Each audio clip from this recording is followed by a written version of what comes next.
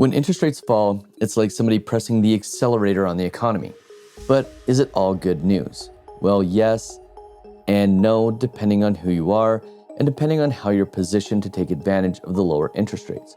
But one thing is for sure, if you are positioned properly, you can definitely profit when interest rates do fall. And in this video, we're going to talk about who benefits and who doesn't benefit when interest rates fall. And we're going to talk about the dual mandate of the Federal Reserve and how that can create complications when it comes to interest rates, especially when they're lowering interest rates at a time when inflation isn't exactly where it's supposed to be. But before we get into it, my name's Nolan Matthias, and if you want the truth about finances, the truth about global economics, this is the place for you. So do me a favor, hit that subscribe button and hit that like button so more people like you can see this video. And by the way, do me a favor, if you have beliefs on what's going to happen now that the Fed is starting to reduce interest rates, leave a comment in the comment section below and tell me how you think it's going to impact the economy. Okay, so let's get into it. Let's discuss what actually happens when interest rates fall, how it affects the economy, and how it can affect you. And at the end of this video, I'm going to give you some tips on how to take advantage of lower interest rates so that you can be one of those that profits from lower interest rates instead of being one of those that suffers. And yes, indeed, there will be people that do suffer from lower interest rates, and I'll explain how in a minute. But first, let's start by talking about who benefits first when it comes to real estate cuts. The obvious first beneficiary of interest rate cuts is the real estate industry. Lower mortgage rates lead to higher demand, and higher demand fuels the entire construction industry. This is very clear. We've seen it over and over, time and time again. And when interest rates start to get reduced, people start to have confidence in the fact that their debt is going to cost less. And because their debt is going to cost less, their payments will be lower, and they'll be able to afford that dream home that they've always wanted. So the first major beneficiary is, of course, real estate. And in a lot of ways, when interest rates start to come down, the effect actually happens faster than when interest rates go up. Because when interest rates go down, it leads to immediate confidence in the economy. Even though that the interest rates are being reduced, usually because there's something bad that has already happened or is about to happen, people feel like if debt costs less, things are going to get better. Lower interest rates always leads to better things in the economy, right? Well, not always. Now, contrast to when interest rates go up, and people inherently know that interest rates go up. They know that things are going to start to cost more, but in a lot of cases, they tend to act slower when interest rates are rising because they don't actually feel the pain until such time as it filters through to their bills. And that's usually when people start changing their habits, is when they immediately feel the pain of higher costs, higher interest rates, and higher debt servicing costs. So rate decreases can immediately impact consumer behavior. And this often leads to almost immediately higher demand for consumer goods as people start to think that they have cheaper borrowing costs and therefore they can afford bigger purchases, things like cars and new appliances, and things that typically come with big loans. And of course, when interest rates are lower, people will tend to purchase those goods knowing that at least in theory, it's going to cost them less over time. But there is a hidden effect to lower interest rates. The first is obviously when interest rates start to go down, it leads to asset price inflation. So things like the value of homes, as borrowing costs get cheaper, more homes get sold, housing prices tend to go up, and things like stocks also go up in value as there's renewed confidence in the stock market. But what that could potentially lead to is bubble risk. Are the prices for things like homes and the prices for things like investments artificially inflated? And the reality is it's never easy to tell if those prices are artificially inflated until they come crashing down.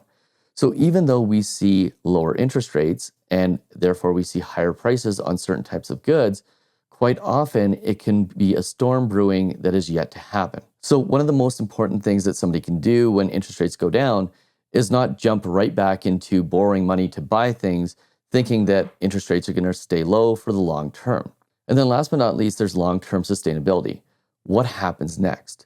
So if interest rates start to go down, is that going to kick up inflation and put us in a situation where now interest rates have to go back up and have to go back up quickly to make up for the effects of the inflation that they cause?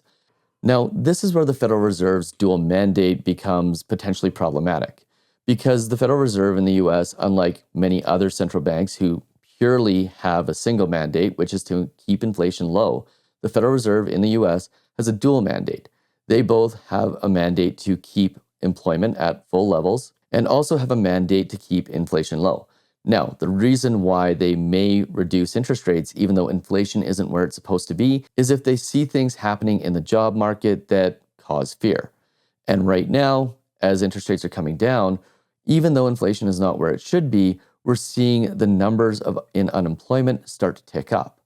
And that creates a problematic circumstance because if the unemployment numbers start to increase, that inevitably leads to a very, very, very bad thing in the economy, otherwise known as a recession. So the Federal Reserve in the US may lower interest rates in order to prevent a recession when they start to see unemployment tick up. So now they're trying to find this balance between preventing a recession and also keeping inflation low. And that can be a very hard balance to keep. And if things don't work out perfectly, we could see one of two things happening. We could see deflationary pressure. We could see prices of things going down because maybe they were too late in lowering interest rates to save employment. Or we could see a situation where they lower interest rates, they increase the amount of inflation, and subsequently they have to do way more damage control than they originally had to. So there is some potential downside to them lowering interest rates, especially when inflation isn't where it's supposed to be. And this leads us to a conversation about debt accumulation. Because what happens when interest rates go down is people and businesses become a little bit more prone to borrowing. Businesses start to pile up debt because they can borrow the money and they can essentially parlay it into more profits by producing more due to the lower cost of their debts. But that can also be problematic if the debt servicing costs at some point start to increase, which means that if you start to see interest rates rise again, this could be problematic for those businesses, leading to more unemployment, which again causes more problems. Then on the other side of that, another major problem is that consumers see lower interest rates as an opportunity to go out and buy. We saw this in 2020, 2021, when interest rates got really low and everybody loaded up on houses and cars and all of the things that they thought at the time that they could buy very, very cheaply. But at the end of the day, the question is, can this trend last indefinitely? And the answer is no. The more debt people have, the more risk that they have. And when the economy once again turns on a dime, like it did in 2023, and like it will do again at some point in the future, it becomes highly problematic for those people who are running at the limits of how much debt they can actually afford. And this leads us to the next problem with when interest rates start to go down, because wealthier individuals tend to benefit more. The people who have assets that are valuable, that are typically bought with debt, things like real estate, and in some cases, things like stocks and other assets that go up in value when interest rates go down, well, their wealth tends to increase. But at the same time, the wealth gap increases because the people who can't afford buying those things without the debt end up taking on more debt in order to purchase them, meaning that the assets that the wealthy people hold are going up in value, and the people who really probably can't afford them are purchasing them on debt that may not be sustainable over a long period of time. And then on top of that, as asset values go up due to lower interest rates and inflation goes up, the lowest income earners are the ones that face the highest costs. In times of high inflation, and keep in mind that inflation is often caused by lower interest rates, it is the people who are at the lowest income brackets who feel the most pain. So even though the US may be cheering that interest rates are going down, it does potentially cause some pain for the lower income earners. And this leads us to a conversation about economic imbalances. We start to shift to a reliance on low-cost borrowing instead of being able to actually have the money to purchase things for what they cost. Instead of the market naturally working and values of stocks and values of real estate coming down so they once again become affordable, the cost of the debt goes down and the asset values stay high. And therefore, it props up, arguably artificially, the values of pretty much everything. And that leads us to a significant vulnerability to economic shocks.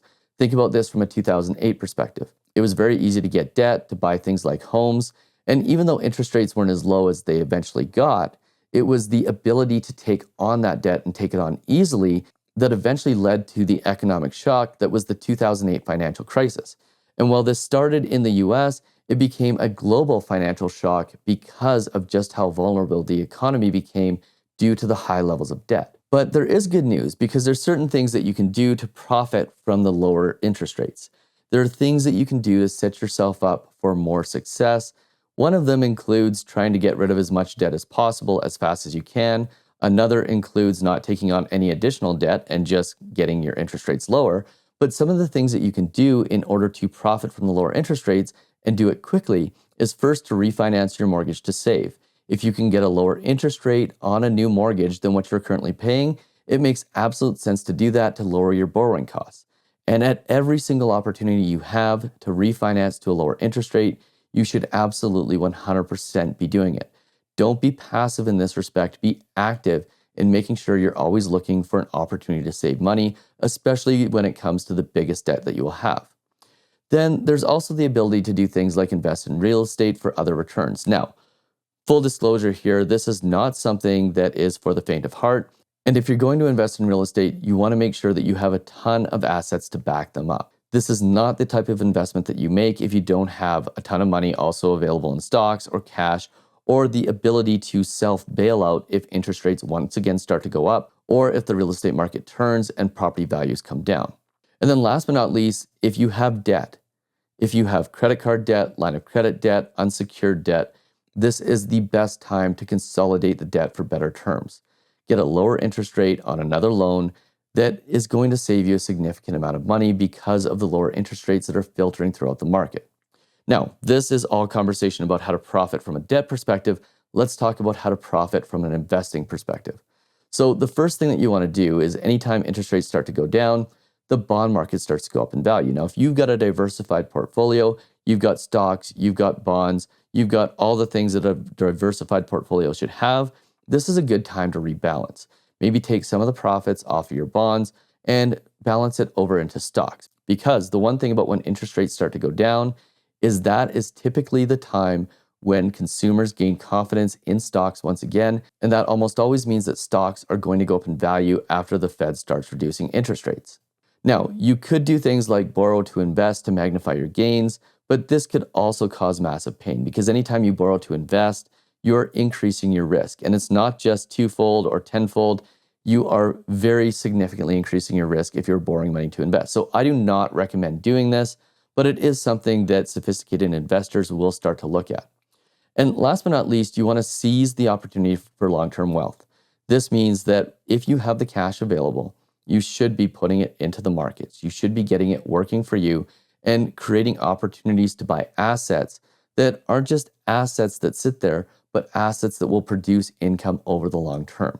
And as your debt costs start to go down, that will free up cash flow that you can continue to invest, which means that if you're smart, you'll use this lower interest rate opportunity to start reducing your overall monthly costs and turn the tides on your financial health by taking the excess money that you now potentially have available and putting it into investments so that you have some money for the long term, for retirement, or for whatever it is that you could possibly see spending your future wealth on. But at the end of the day, this all comes down to being smart. Understand that lower interest rates don't necessarily mean that things are going to absolutely get better for you. But if you are smart and you're strategic about what you do with your money and how you manage your debt, this definitely can be a time where you will thrive. But if you take on too much debt and you do silly things, it's going to hurt you just as much as when interest rates went up. Oh, and by the way, if you want to see what always happens before a recession and the reason why the Fed is likely decreasing interest rates, make sure you check out this video right here.